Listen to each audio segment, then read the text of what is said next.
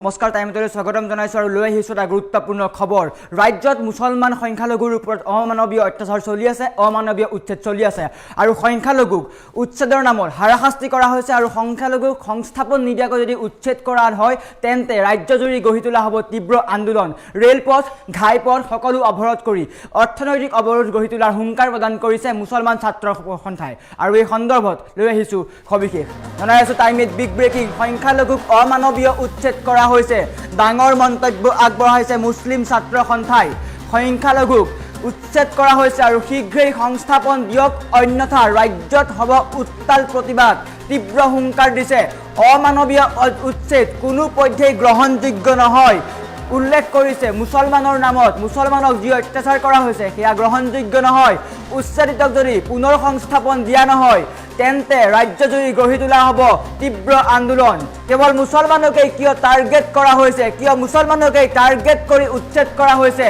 সংখ্যালঘুক অমানৱীয় উচ্ছেদ কৰা বন্ধ কৰক তীব্ৰ গৰিহণা দিছে তীব্ৰ হুংকাৰ প্ৰদান কৰিছে শীঘ্ৰেই সংস্থাপন দিয়ক সংখ্যালঘুক যিসকলক উচ্ছেদ কৰিছে তেওঁলোকক শীঘ্ৰেই সংস্থাপন দিয়ক অন্যথা অৰ্থনৈতিক অৱৰোধ আন্দোলন গঢ়ি তোলাৰ হুংকাৰ প্ৰদান কৰিছে ৰেলপথ ৰাষ্ট্ৰীয় ঘাইপথ সকলো দিয়া হ'ব টুইন দৃশ্যাংশ দেখাবলৈ অনুৰোধ জনাইছোঁ যে ৰাজ্যত যি উচ্ছেদ চলি আছে তাৰ বিৰুদ্ধে তীব্ৰভাৱে গৰিহণা দিছে হুংকাৰ প্ৰদান কৰিছে মুছলিম ছাত্ৰ সন্থাই আৰু মুছলিম ছাত্ৰ সন্থাই উল্লেখ কৰিছে যে যদিহে সংখ্যালঘুক সংস্থাপন দিয়া নহয় তেন্তে ৰাজ্যজুৰি তীব্ৰ আন্দোলন গঢ়ি তোলা হ'ব ৰাষ্ট্ৰীয় ঘাইপথ ৰেলপথ সকলো অৱৰোধ কৰি অৰ্থনৈতিক অৱৰোধৰ বাবে আন্দোলন গঢ়ি তোলাৰ হুংকাৰ প্ৰদান কৰিছে উচ্ছেদিত সংস্থাপন নিদিয়াকৈ উচ্ছেদ কৰিলে ৰাজ্য কঁপোৱাৰ হুংকাৰ প্ৰদান কৰিছে কেৱল মুছলমানকেই কিয় টাৰ্গেট কৰা হয় বাছি বাছি কেৱল মুছলমানকেই কিয় টাৰ্গেট কৰা হয় কেৱল মুছলমান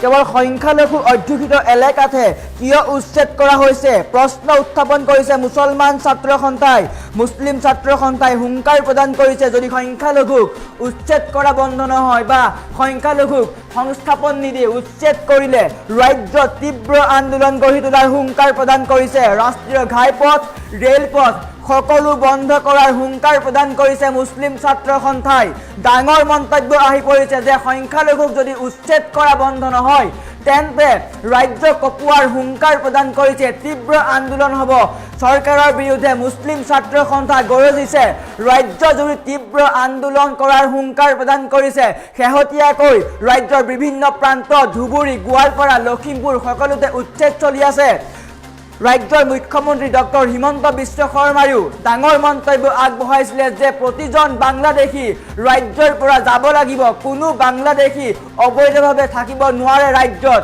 আৰু চৰকাৰী যি ভূমি আছিলে চৰকাৰী ভূমিত অবৈধভাৱে বাস কৰা সকলো লোকক উচ্ছেদ কৰা হ'ব আৰু তাৰ মাজতেই মুছলিম ছাত্ৰ সন্থাই চৰকাৰক হুংকাৰ প্ৰদান কৰিছে যদিহে মুছলিম বা মুছলমান জনতাক পুনৰ সংস্থাপন নকৰি উচ্ছেদ কৰা হয় তেন্তে সমগ্ৰ ৰাজ্যজুৰি তীব্ৰ আন্দোলন গঢ়ি তোলা হ'ব ৰাষ্ট্ৰীয় ঘাইপথ ৰেলপথ সকলোতে প্ৰতিবাদ সাব্যস্ত কৰি অৱৰোধ কৰা হ'ব আৰু অৰ্থনৈতিক অৱৰোধ গঢ়ি তোলাৰ হুংকাৰ প্ৰদান কৰিছে মুছলিম ছাত্ৰ সন্থাই আৰু অমানৱীয়ভাৱে যি উচ্ছেদ কৰা হৈছে সংখ্যালঘুক এয়া কোনো পধ্যেই গ্ৰহণযোগ্য নহয় আৰু উচ্ছেদিতক যদি সংস্থাপন দিয়া নহয় তেন্তে ৰাজ্যজুৰি তীব্ৰ আন্দোলন গঢ়ি তোলাৰ হুংকাৰ প্ৰদান কৰিছে আৰু আমাৰ ওচৰত এক্সক্লুচিভ মন্তব্য আহি পৰিছে মন্তব্য দেখুৱাই লোৱাৰ চেষ্টা কৰিছোঁ অমানৱীয় উচ্ছেদ অসমত চলাই আছে তাক আমি গৰিহণা দিছোঁ আজি উচ্ছেদৰ নামত একমাত্ৰ মুছলমানসকলকে হাৰাশাস্তি কৰা পৰিলক্ষিত হৈছে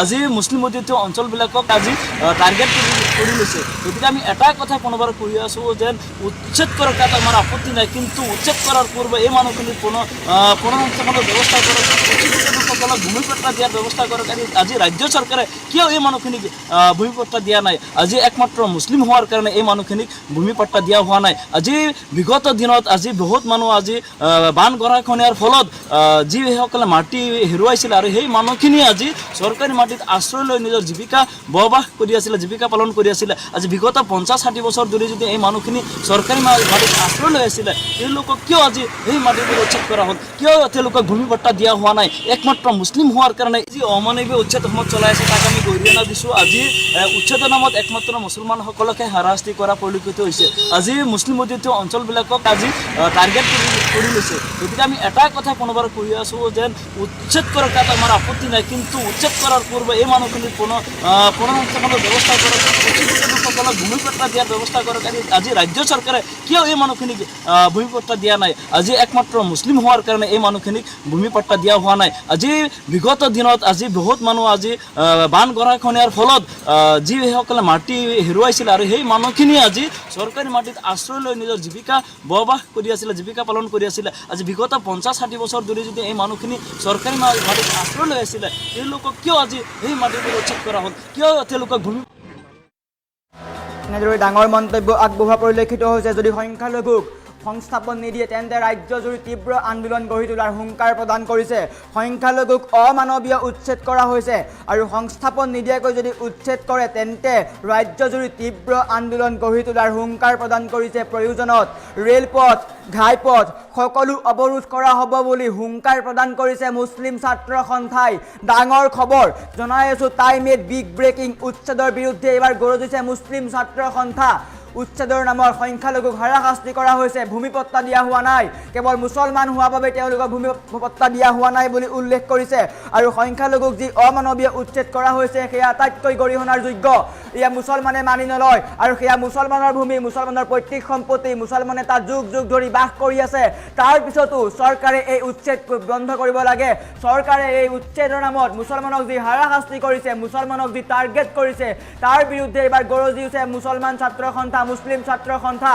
আৰু আটাইতকৈ ডাঙৰ খবৰটো, যদি চৰকাৰে উচ্ছেদ বন্ধ নকৰি, উচ্ছেদ কৰি বা পুনৰ সংস্থাপন নকৰি তেওঁলোকক উচ্ছেদ কৰা হয় তেন্তে তীব্ৰ আন্দোলন গঢ়ি তোলাৰ হুংকাৰ প্ৰদান কৰিছে। আৰু মুছলমান ছাত্ৰ সন্থাই কৈছে যে চৰকাৰে মুছলমানসকলক বাছি বাছি টাৰ্গেট কৰাৰ অভিযোগ উত্থাপন কৰিছে আৰু কেৱল মুছলমান হোৱা বাবে তেওঁলোকক ভূমিপট্টা দিয়া নাই বুলি অভিযোগ উত্থাপন কৰিছে। ডাঙৰ খবৰ।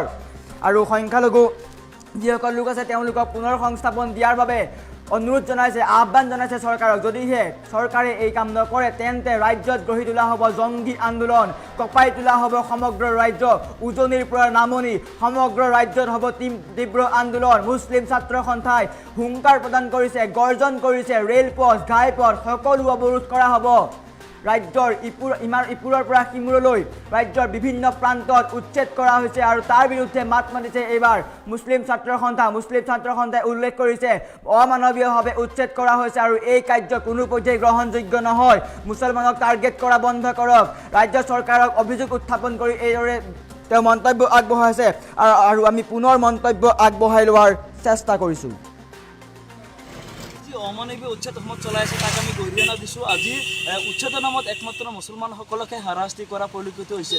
আজি মুছলিম অধ্যুষিত অঞ্চলবিলাকক আজি টাৰ্গেট কৰি লৈছে। গতিকে আমি এটাই কথা পুনৰবাৰ কৈ আছোঁ যে উচ্ছেদ কৰাৰ তাত আমাৰ আপত্তি নাই, কিন্তু উচ্ছেদ কৰাৰ পূৰ্বে এই মানুহখিনিৰ পুনৰস্থাপনৰ ব্যৱস্থা কৰক, লোকসকলক ভূমিপট্টা দিয়াৰ ব্যৱস্থা কৰক।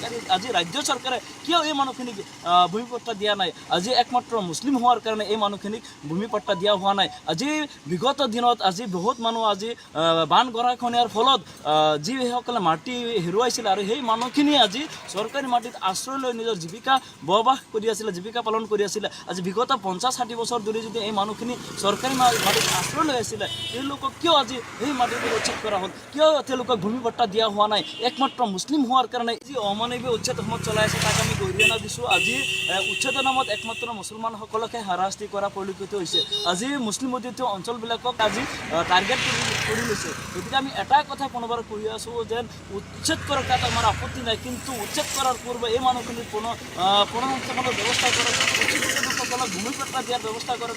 আজি ৰাজ্য চৰকাৰে কিয় এই মানুহখিনিক ভূমিপট্টা দিয়া নাই? আজি একমাত্ৰ মুছলিম হোৱাৰ কাৰণে এই মানুহখিনিক ভূমিপট্টা দিয়া হোৱা নাই। আজি বিগত দিনত আজি বহুত মানুহ আজি বান গৰাখহনীয়াৰ ফলত যিসকলে মাটি হেৰুৱাইছিল আৰু সেই মানুহখিনিয়ে আজি চৰকাৰী মাটিত আশ্ৰয় লৈ নিজৰ জীৱিকা বৰবাহ কৰি আছিলে, জীৱিকা পালন কৰি আছিলে। আজি বিগত 50-60 বছৰ ধৰি যদি এই মানুহখিনি চৰকাৰী মাটিত আশ্ৰয় লৈ আছিলে, তেওঁলোকক কিয় আজি সেই মাটিবোৰ উচ্ছেদ কৰা হ'ল? কিয় তেওঁলোকক ভূমিপট্টা দিয়া হোৱা নাই? একমাত্ৰ মুছলিম হোৱাৰ কাৰণে যি অমানৱীয় উচ্ছেদ অসমত চলাই আছে তাক আমি গৰিহণা দিছোঁ। আজি উচ্ছেদৰ নামত একমাত্ৰ মুছলমানসকলকহে হাৰাশাস্তি কৰা পৰিলক্ষিত হৈছে। আজি মুছলিম অধ্যুষিত অঞ্চলবিলাকক আজি টাৰ্গেট কৰি লৈছে। গতিকে আমি এটাই কথা পুনৰবাৰ কৈ আছোঁ যে উচ্ছেদ কৰাৰ তাত আমাৰ আপত্তি নাই, কিন্তু উচ্ছেদ কৰাৰ পূৰ্বে এই মানুহখিনিৰ পুনৰস্থাপনৰ সংৰক্ষণৰ ব্যৱস্থা কৰক, উচ্ছেদিত লোকসকলক ভূমিপট্টা দিয়াৰ ব্যৱস্থা কৰক। আজি ৰাজ্য চৰকাৰে কিয় এই মানুহখিনিক ভূমিপট্টা দিয়া নাই? আজি একমাত্ৰ মুছলিম হোৱাৰ কাৰণে এই মানুহখিনিক ভূমিপট্টা দিয়া হোৱা নাই। আজি বিগত দিনত আজি বহুত মানুহ আজি বান গৰাখহনীয়াৰ ফলত যিসকলে মাটি হেৰুৱাইছিলে আৰু সেই মানুহখিনিয়ে আজি চৰকাৰী মাটিত আশ্ৰয় লৈ নিজৰ জীৱিকা বৰবাহ কৰি আছিলে, জীৱিকা পালন কৰি আছিলে। আজি বিগত 50-60 বছৰ ধৰি যদি এই মানুহখিনি চৰকাৰী মাটিত আশ্ৰয় লৈ আছিলে, তেওঁলোকক কিয় আজি সেই মাটিবোৰ উচ্ছেদ কৰা হ'ল? কিয় তেওঁলোকক ভূমিপট্টা দিয়া হোৱা নাই? একমাত্ৰ মুছলিম হোৱাৰ কাৰণে যি অমানৱীয় উচ্ছেদ